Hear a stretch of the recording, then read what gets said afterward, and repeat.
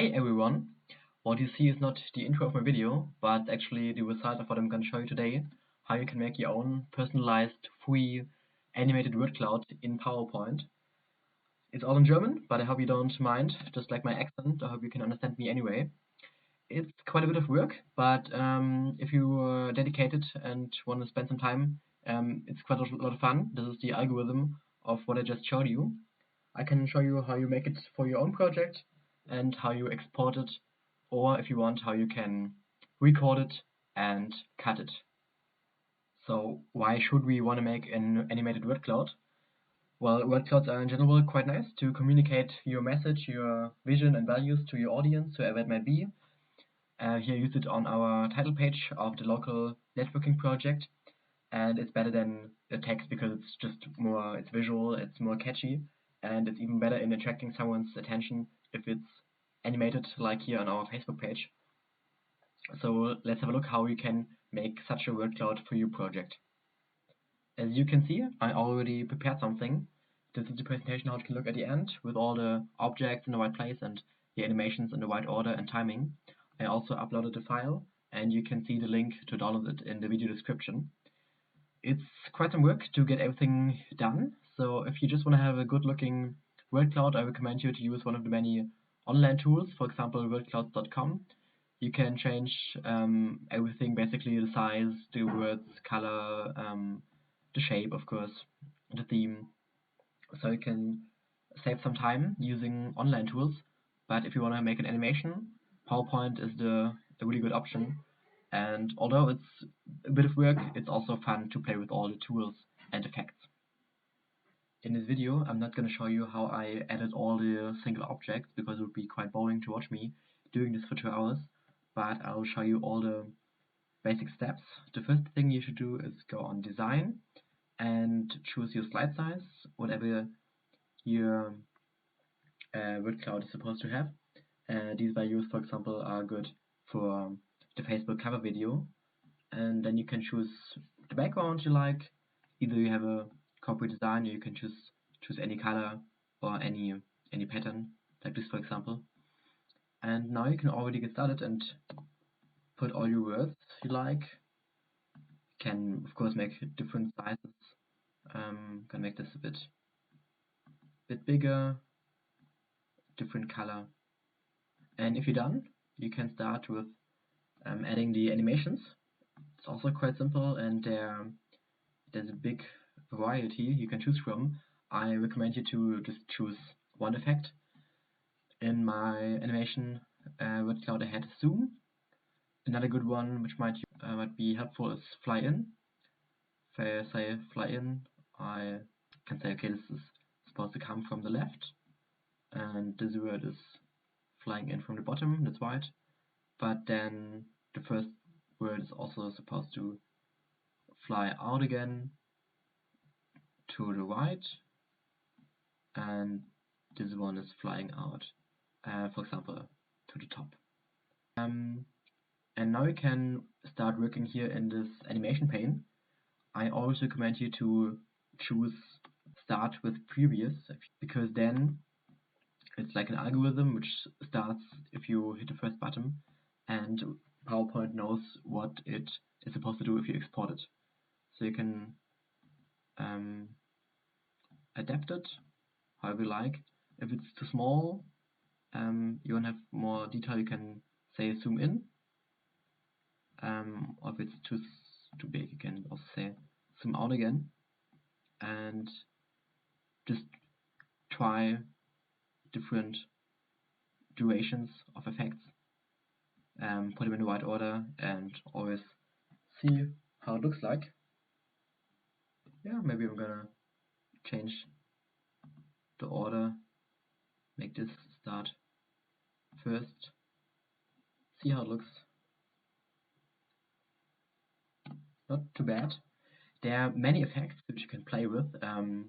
It's incredible. For example, you can say this is supposed to bounce. I'm gonna make like the most extreme bounce to show you how it looks like.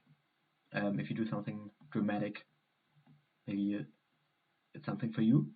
You can also say that words shall change their color. You can do it with brush color or font color, or do whatever they want. So what I did in my animation, I said the words after appearing, they shall move to a different spot. You can do it by motion paths. You can just make a simple line and say where the word is supposed to go. Or if you want to get really fancy, you can make your own motion paths and send the word wherever you want. Maybe that's a bit too crazy, but just to show you what you can do. Gonna start with previous again.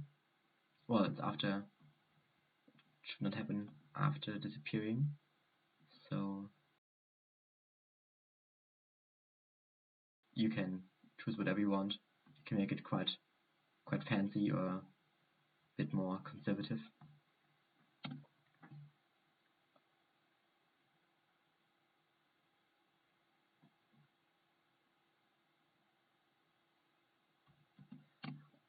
I would say this is not a good word cloud, but I'm sure you can do it better than me. And if you're happy with all the different effects, you can start to export it. You just do it by pressing File and say Export. And here you can say Create Video. This is you can just try what's the perfect length for any slide. And if you say, yeah, that's good standard. If you say Create Video, it's gonna be saved. If you want to, if you don't want to export your video because you want to have some animations manually, for example, you can also record it by screencasting. A really good tool for screencasting, which I like and use, is OBS Studio. I cannot show it you right now because I'm recording this with OBS Studio, but it's a free open source software. You can download it and screencast your desktop. If you have an Apple, you don't have to bother because Quicktime Player already is the perfect software for recording your screen. And at the end, you have either your final animation, if you exported it with a PowerPoint, or if you did it with OBS Studio or any other screencasting software, you have such a file, and which you still have to edit. I recommend for video editing always Shotcut. It's also free, open source, and it has an incredible variety of options. It's a bit tricky to use, but most likely you'll figure out, and there are many tutorials out there which show you. I'll just detach the audio, delete the audio, and now we can cut both ends to get only the part which we like. And one good thing about cutting the video afterwards, you can do some post-production. For example, if you watch it now again, the words are appearing quite slow, so we can say, okay, we cut the video here and make this section play faster. We press properties, for example, this speed, delete the break in between, and now it's running faster. And again, the same, if we're happy with our result, we can export it, and then we get an MP4 file. YouTube, if you just press YouTube, it's a good standard configuration. You get an MP4, which you can put wherever you want to. And that's everything. I hope you enjoyed this tutorial and have fun trying it out.